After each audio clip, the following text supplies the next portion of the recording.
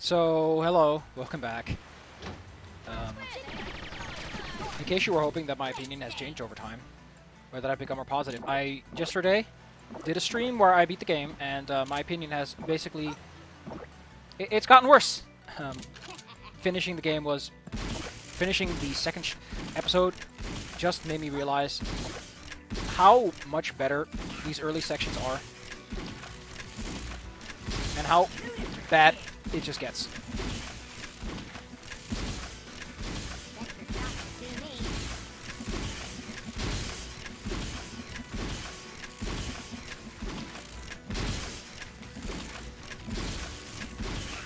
But yes, I'm not doing episode 2. I was originally planning to do episode 2 under the assumption that I was having enough of a fun time that doing episode 2 was a worthwhile proposition. Over time, I've come to the conclusion that that's just not going to work that way. It's just not going to happen. Episode 2 is story-wise interesting. It might be worth the investment, but...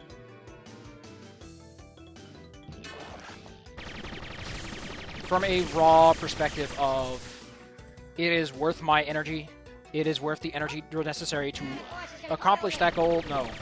No, not really. Because doing it once was enough, and if my opinion is one time is enough, that is probably the worst condemnation I can give your WAD is I don't ever want to play this again. So yeah, the defib, if I recall correctly, if an enemy survives a defib attack, they become stunned for a short period of time. They also get pushed away a lot, as this cow will helpfully demonstrate for us. Thank you, Mr. Cow. Hope that didn't hurt. I think cows are immortal, so you can't kill them anyway, but... Nope.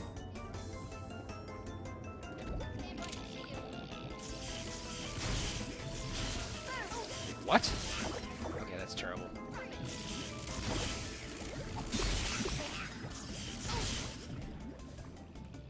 This weapon is terrible for the circumstances we're exposed to. Get out of my face. Oh yeah, I don't have that. I need a explosive crate to take care of that.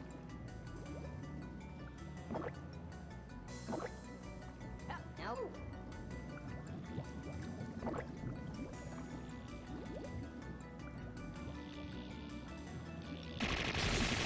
You're looking out of shape. Unsatisfying as it may be for me to go, you know what, I don't want to do this. Some people might actually take offense to that. I'm very sorry. But for one, episode 2 did not win the Cacowards, which gives me a kind of a good excuse for not doing it, is... no, that is not a Cacoward winner, and I only play the Cacoward winners. So automatically assuming that 2 is going to be a Cacoward winner and thus deserves to be on the show is, I feel it's a light breach of the fact that I'm showing off the best of the best of the year, you know? This is all about, look at all these amazing WADs that were released, which I can't play because they are a very different playstyle of what I want to get out of my Doom experience, and that's all. But I always acknowledge, for the most part, you know, these are... I always try to enter from the perspective of, I can still acknowledge these are decent WADs, you know? I always come from the perspective of, at the end of the day, these were voted on because they were in some way decent.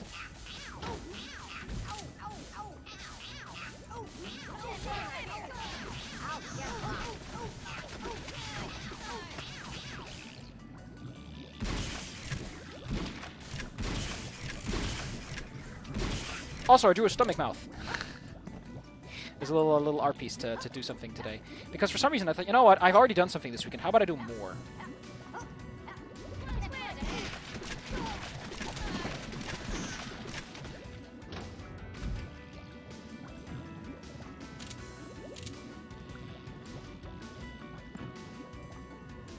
That's so worth it, though. Instant death water aside.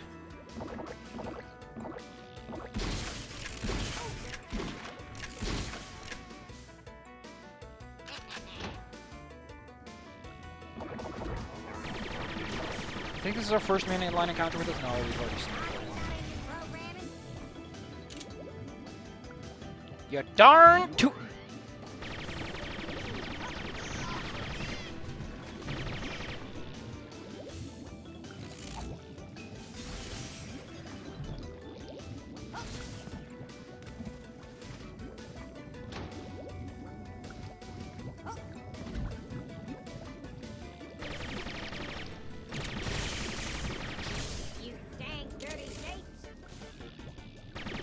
They're not shift, they're light bulbs.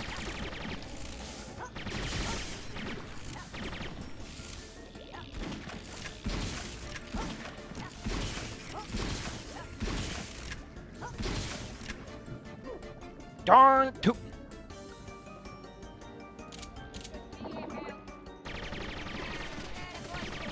I think the real reason this game works so well is, and the reason the later episodes do not work as well, is right now we are dealing with encounters in which the weapons which we have function very well.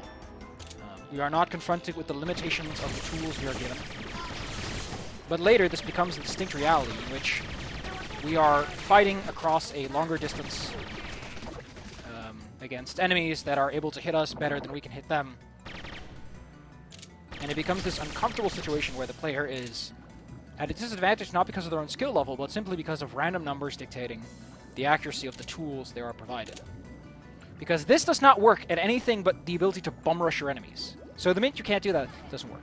This weapon does not have enough ammo to make it a good value proposition to attack from a distance with this. Oh, hello. Also, this thing just doesn't hold up against the quad shotgun in so many ways that it's kind of sad that this one continues to exist in that same world. Like, why? It's kind of like the actual pistol from Doom, you know? Like, the only reason the regular pistol here survives is because it has infinite ammo. But think about what I've said about the pistol several times before on this prestigious show.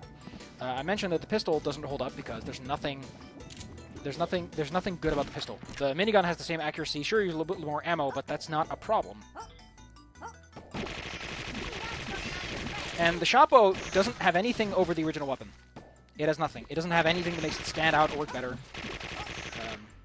I think the dual Uzis, though, are kind of worse because the ammo consumption is faster. Yes, you get this really good cut-through enemies weapon, which you have to be so close, and so many enemies gain the ability to explode on death. It is ridiculous, the amount of enemies that just explode violently upon being destroyed. Like, all the robots do it. And the problem with that is that it means that all these short-range weapons are very dangerous and require a degree of risk assessment to properly be utilized. And that's a bad thing. When the player has to constantly consider either using their weapons to the fullest or wasting a lot of ammo. Yeah. The final boss is also terrible. The final boss is what I like to call fodder. The final boss does not achieve its primary objective of being an interesting final fight that tests the player's abilities. It is a straight-up slaughterfest where the enemy is...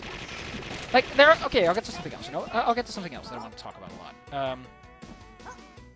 That is the actual plane of difficulty this goes towards. Later levels are primarily difficult for two reasons. One, you are in a situation in which your weapons cannot effectively handle the problem at hand. And perhaps worse is another situation the player is confronted with a lot. And that is the strenuous situation in which every step you take, there are more enemies around the corner. And the player is almost consistently and constantly harassed by something waiting around the corner to make their day a little bit more annoying. And that's frustrating. Because when you play a game and you're just trying to have fun and all you get is stress, because every step you take, you are confronted by something new. Not like in the way that, you know, it's like you walk into a room and instantly there are 3 directions in which there are multiple enemies, all of which are very high priority for the player to clear the area. It just gets frustrating real fast. It becomes taxing for the player, as they would say. I mean, this first episode, stops right before it starts getting aggressively bad. In that it's aggressive and bad at being aggressive. I mean, they're good for a little while. I'm not going to say it's bad design. It's really good and well made. It's like the right kind of pressure from time to time. But it does it a lot. And there's an ancient saying that goes, don't, you gotta let some steam off every once in a while. And it doesn't do that.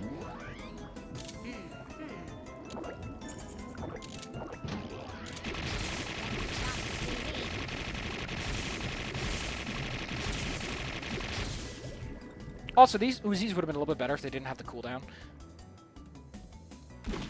But it also has the Octatech logo on it. I like how everything you have is the Octatech logo on it, except for the Scepter, which we are not going to get to see. The Scepter weapon is entirely relegated to a different chapter. Okay, this part, by the way, sucks just a lot for no reason. Because you do that, and then it just makes you fight a whole bunch of dudes.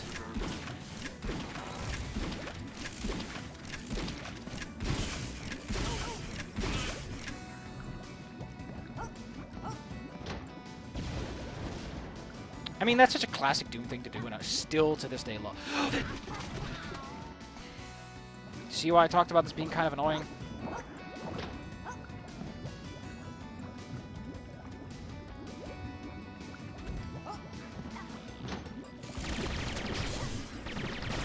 I mean, I get why it does instant death. It's because they don't want to always have to build these little ladders going out to places, but...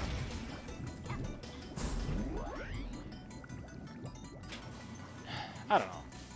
I think I'm just, at the end of the day, I'm just grumpy. I'm just grumpy that this turned out to be... Oh, great. These guys suck.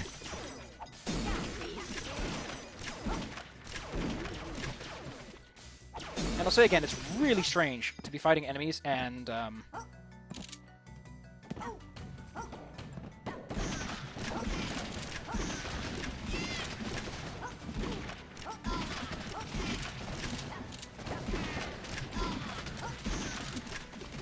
I have to concern myself with certain types of angles. There we go.